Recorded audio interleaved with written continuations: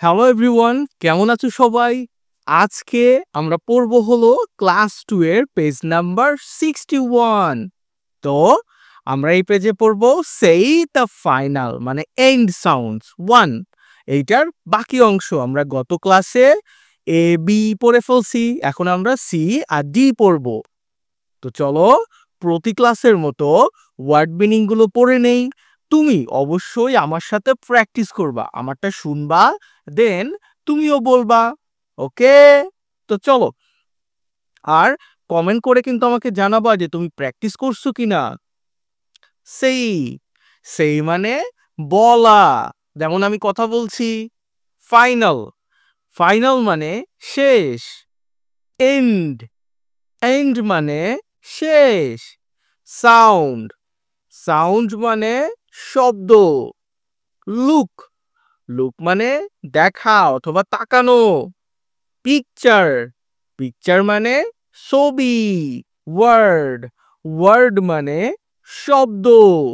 Complete complete মানে সম্পূর্ণ করা বা কোনো কিছু শেষ করা।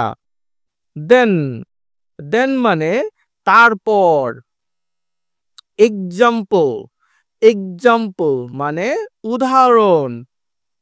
পেয়ার পেয়ার মানে জোড়া। ফলোয়িং ফলোয়িং মানে নিচের। রাইট রাইট মানে লেখা। সেম সেম মানে একই রকম। ডিফারেন্ট ডিফারেন্ট মানে ভিন্ন বা আলাদা। ওকে। এগেইনিস্ট এগেইনিস্ট মানে এটা ভুল আছে, এগেইনিস্ট হলো বিরুদ্ধে। ঠিক আছে, এই বাংলাটা ভুলে যাও।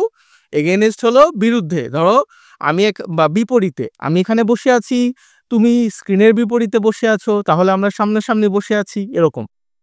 ফ্যান ফ্যান মানে পাখা। খ্যাট খ্যাট মানে বিড়াল। ভ্যান ভ্যান মানে ভ্যান গাড়ি। ব্যাট ব্যাট মানে ব্যাট, ক্রিকেট খেলার ব্যাট। র্যাট র্যাট মানে ইঁদুর। ইঁদুর চেনো? এই যে আমার কাছে একটা ইঁদুর, এটাকে যদিও মাউস বলে।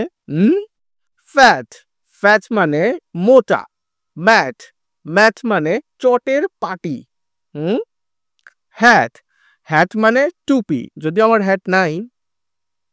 প্যান প্যান মানে হাড়ি বা কড়াই। ওকে।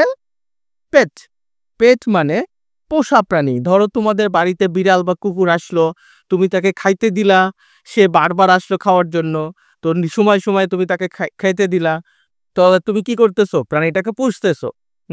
এইটা। চলো এবার আমরা মূল পড়ায় চলে যাই। আর তুমি আমার সাথে প্র্যাকটিস করছো কিনা সেটা অবশ্যই কমেন্টে আমাকে জানাও, আর ভিডিওটা একটা লাইক দিয়ে দাও। তো দেখো সিতে কি বলছে, সিতে বলছে লুক অ্যাট। লুক অ্যাট মানে কি? তাকানো। এই যে আমি তাকায় আছি এরকম, তুমি তাকায় আসছো এরকম। দা পিকচার্স মানে ছবিগুলো, নিচে দেখো ছবি আছে, এগুলোর দিকে তাকাইতে বলছে। অ্যান্ড মানে এবং। কমপ্লিট কমপ্লিট মানে কি? সম্পূর্ণ করা। দা ওয়ার্ডস ওয়ার্ডস মানে শব্দগুলো। তাহলে নিচে অনেকগুলো শব্দ আছে যেগুলো সম্পূর্ণ করতে হবে। দেন মানে তারপর।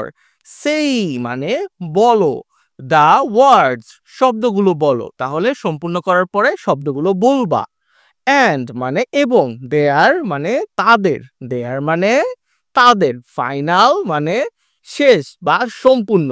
সাউন্ডস মানে শব্দগুলো, তাহলে তাদের শব্দগুলো বলবা বা সাউন্ড বা উচ্চারণগুলো বলবা। ওকে। এটা কি? ফ্যান। তাহলে এই যে এটি সম্পূর্ণ করো। Fan fan. এটা কি? খ্যাট। এটাকে সম্পূর্ণ করলে কি হবে? খ্যাট। এখানে এন হবে, এখানে টি হবে। এটা কি? ভ্যান। এখানে এন হবে, ভ্যান। এটা কি? ব্যাট। এখানে টি হবে, ব্যাট। খ্যাট bat fan van.